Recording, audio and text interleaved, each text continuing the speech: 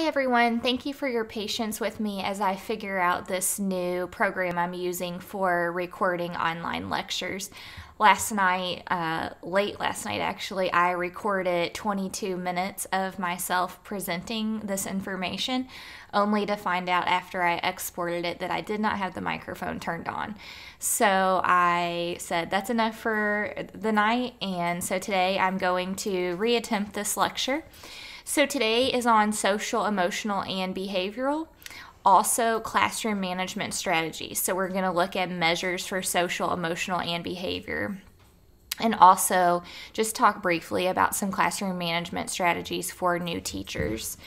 So when we look at the agenda for today, if you have any DBI project questions or questions about your final exam, I encourage you to post those on our forum for the Moodle class, or you can directly email me. Also, I wanted to ask you guys if you would be interested in doing a final exam review. So if you are interested in that, I do need to start prepping for that as we only have one class left. So if a few of you want to send me an email telling me yes or no. So like I said, part one is going to focus on the social, emotional, and behavioral aspects. So we're going to look at the PBIS framework for the three-tier system. We're also going to look at measures of social, emotional, and behavior, looking specifically at disabilities that have targeted behavior. So for part two, we're going to look at classroom management strategies, and then I will be going over some activities in the closure section. So the positive behavior intervention and support, when you think back to prior classes, there was the umbrella term. So underneath multi-tiered systems of support is an umbrella term. So underneath that umbrella is RTI, and is also PBIS, which is the positive behavioral interventions and supports. So hopefully you see this at your school. For Tier 1, it is a school-wide program. It's foundational for delivering regular proactive support and preventing unwanted behaviors. So there's an emphasis on pro-social skills and expectations, so what we want our students to do. We do this by teaching and acknowledging appropriate student behavior, so focusing on those expected behaviors. The essential components for the PBIS include teams, data, consistent policies, professional development, and evaluating the team. The core principles are to effectively teach appropriate behavior to all children, intervene early before unwanted behaviors escalate, use research-based, scientifically validated interventions whenever possible. You should always monitor student progress and use data to make your decisions. So remember that Tier 1 is school-wide, and it is represented by the green portion in the pyramid. So when we look at the foundational systems, there are several foundational systems for Tier 1 PBIS. And they are a leadership team, regular meetings, schedule and structure, a commitment statement for establishing positive school-wide social culture, so that really is a critical priority, ongoing database monitoring evaluation, procedures for selecting, training, and coaching new personnel. So within all that, I liked the quote that said Tier 1 systems serve as the foundation upon which all other tiers are built. So really a lot of support needs to be put into Tier 1 because that is the foundation for success. So Tier 1 implementation may require professional development to orient all school personnel. So that means that the administrator of the building or whoever's in charge of PBIS should be having continuous professional development to make sure everybody's on the same page. So there's 4 core practices for that, and that's teaching school-wide expectations, acknowledging appropriate behavior, correcting errors, and requesting assistance. So when we look at the key practices, the first one is that school-wide you should have 3 to 5 positively stated, easy to remember expectations. So for the school I taught at North Haven Elementary, we did these every morning on the school announcements. So we were the North Haven Eagles.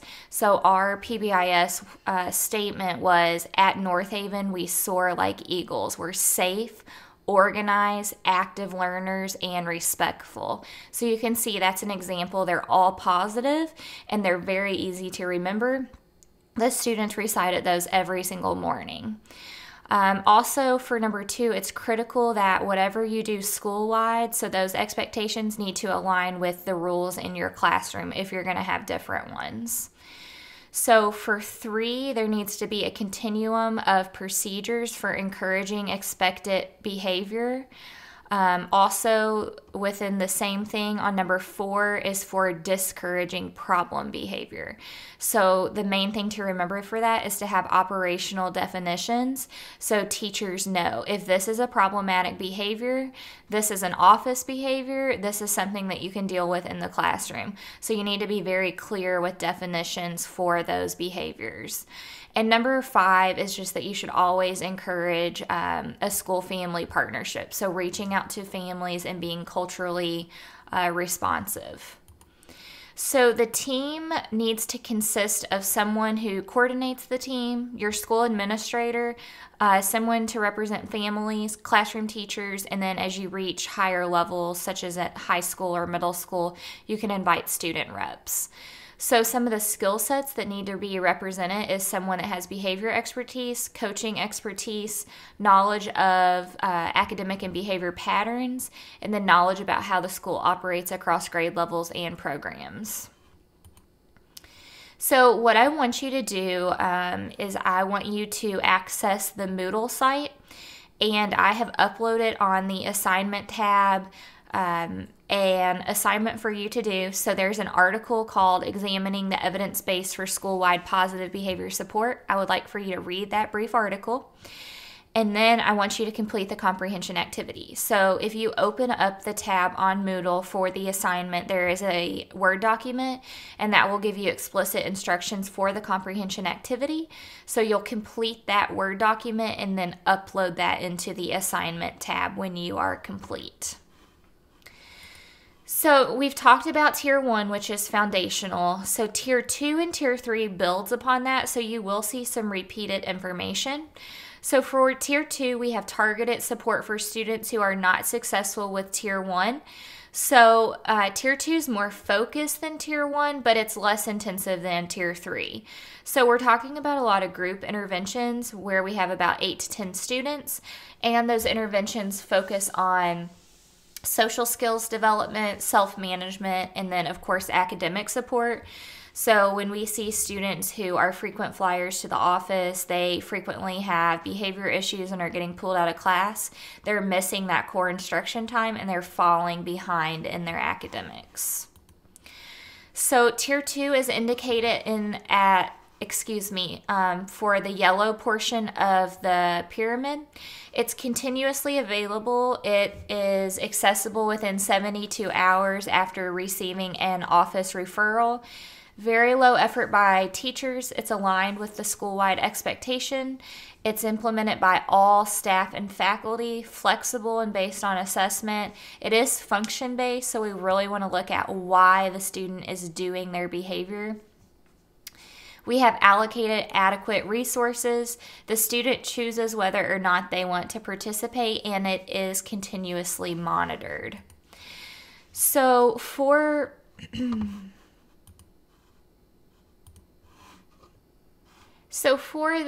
PBIS Tier 2 foundational purposes, we have the intervention team with a coordinator, behavior expertise, fidelity and outcome data collection, screening process to identify students that would benefit from Tier 2, and access to training and technical assistance. I have listed the overview and I encourage you to read those. So the key practices Tier 2 supports include additional instruction for key social, emotional, and behavioral skills. So I say this frequently. We always teach students to read, but many teachers feel like they shouldn't be teaching behavior. So just as we teach a student to read, we also need to teach a student how to behave. This is not something that they're born with knowing how to do. So for Tier 2, we have really targeted instruction on teaching those key social, emotional, and behavioral skills. So Tier 2 supports are more intensified, and we have active supervision. Tier 2 supports target expected behavior by providing positive reinforcement. So you could be giving tangibles or verbal praise. There are many different ways to positively reinforce students. Anticipating when a student is likely to act out and do something to get ahead of it. So if we know unstructured times such as recess or the cafeteria or times where the student is going to be acting out, we can be preventative and possibly allow the student to eat in the office or eat in a more quiet space. It's important to consider why students engage in certain behaviors, so figuring out the function of problem behaviors and also looking at that academic piece as well. So an important outcome of Tier 2 interventions is when students can regulate their own behavior. So a goal for every single student is that they reach the point where they will be able to self-regulate. So that is something we really want to focus on as teachers. When we look at Tier 2 team, this team can be different from the first team. Typically, we take Tier 1 team, and then we just take some of those individuals to meet for the PBIS Tier 2 team. So within that, the different roles are a behavior specialist, a classroom teacher, the school administrator, and someone who coordinates Tier 2 interventions. I've also included some coaching practices. So when we look at PBIS Tier 3 interventions, so this is represented by the red portion of the pyramid, and this is about 1 to 5% of the student population at the school for whom Tier 1 and Tier 2 supports have not been achieved. So these students are, the very frequent flyers to the office, very severe behaviors. So this is the most intensive individualized support to improve behavior outcomes. Tier 3 strategies work well for students with developmental disabilities, autism, emotional, and behavioral disorders. Here are the foundational systems. So we have a multidisciplinary team. We have behavior support expertise, informal fidelity, and outcome data collection. When we look at the key practices, we think about functional-based assessment, so the FBA process. We have wraparound supports, so that could be the mental health facility, counseling, going into the student's home. We want all of the support services to wrap around to help the student improve their outcomes. And then also we're looking at the student and the school's culture and context. When we look at this team, the Tier 3 leadership team meets to ensure students who need additional support have access to those systems and that students who receive Tier 3 supports are successful. This team does a lot of problem solving. It's lots of trial and error. I headed up this team for North Haven for the past 7 years, and we met every Friday because we had quite a few students serviced for Tier 3. So we're going to switch gears to using measures of social and emotional behavior. So essentially asking ourselves, how do we assess social and emotional behavior? So there are 4 commonly used ways of assessing problem behavior. That's through observational procedures. That's the most preferred method. Interviewing techniques, situational measures, and rating scales. I like the interviewing and rating scales because those are easy ways to involve families and the classroom teacher. So it's important to note that assessment occurs at each tier within the educational system, with increasing comprehensiveness and frequency of assessment occurring at the higher tiers. So we ask ourselves, why do we assess problem behavior? There's two major reasons. The first one is involving identification and classification. So for IDEA, some disabilities are defined by inappropriate behavior, and those are emotional disturbances, or in Kentucky we call those EBD, emotional or behavioral disorders, and ASD. I apologize, I have a typo here. So ASD being autism spectrum disorders. So for those, you need to assess social and emotional behavior. So the intervention is the other reason why we assess problem behavior. So it helps us establish effective behavior goals. So we want to make sure it's targeted to that student's unique behaviors. Planning effective intervention, and monitoring and assessing behavior during intervention. So I know in Dr. Lyons' class you guys have spent a considerable amount talking about functional behavioral assessment, so I'm not going to dive into that a whole lot. I know you did your IRIS module on that. Essentially what it is it's a set of assessment procedures used to identify the function of a student's problematic behavior, as well as the various conditions under which it tends to occur, so looking at the ABC analysis. When you conduct a functional behavior assessment, you're pulling multiple sources of data. So you're looking at different assessment methods and tools, including interviews, observations, and rating scales. So after you conduct an FBA, you create a behavior intervention plan. And for that behavior intervention plan, that is where you create student goals to help them with their undesired behaviors. So FBAs must be conducted for students for eligibility evaluations in which a problem behavior is of concern.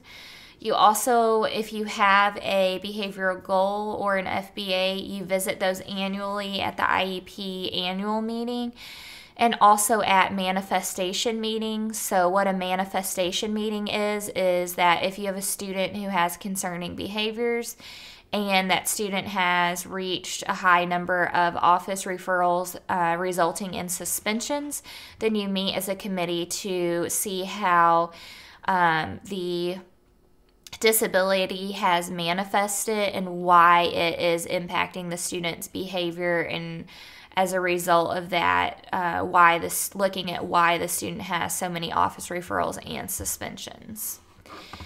So we are going to switch gears and talk briefly about classroom management strategies. So there's some fundamental principles of classroom management. So number one, essentially what the authors are meaning from that article is that you are giving a hook or a directive, and then you're not stringing along multiple directions. So you want to make sure you get the students' attention first, not just give them like 6 directives and then they get completely lost. Keep your consequences as minimal as possible. So you do not want to have to keep up with tons of different consequences. So I encourage you to just have a few. Appropriate curriculum is a classroom management strategy. So be effective in what curriculum you're giving the students, keeping them engaged with the curriculum. Rehearsing transitions. So, students quite frequently forget how to walk in the hallway. You will see them even in 5th grade running in the hallway. So always continuously rehearsing those transitions and what you expect during the transition periods. Anticipating problems and being creative. And what I cannot stress to you enough is making positive calls home and sending letters. So here are some quick interventions that support classroom management. The things that I really want you to pay attention to are giving students choice. So that was what my dissertation focused on. So giving students choices in their assignments or choices in activities for the classroom. Establishing routines is so important, and continuing to tell the students about those routines all year long. Forgiving students. Using your words. So we really want students to self-regulate, and with that, students have to be able to express themselves. And then never punishing an entire class. I really like that one as well. So for our closure, be sure to submit your final project to Moodle by next class. So I'm talking about the DBI project. Submit the paper online with the Excel chart, and then you're going to bring the progress monitoring component to class. If you have any questions about that or you want me to look over that, please send that to me via email. So when you look at your Moodle page, there is a discussion board prompt for this class and a video that I would like for you to watch. Please make sure you complete all 3 activities. So to tell you once again, the 3 activities were: 1, you're reading the article and doing the comprehension activity; 2, you're watching the TED Talk video; and 3, you're posting to the discussion board. When you click on the discussion board, you will see the question that I want you to respond to. Thank you guys again for being so flexible, and I hope you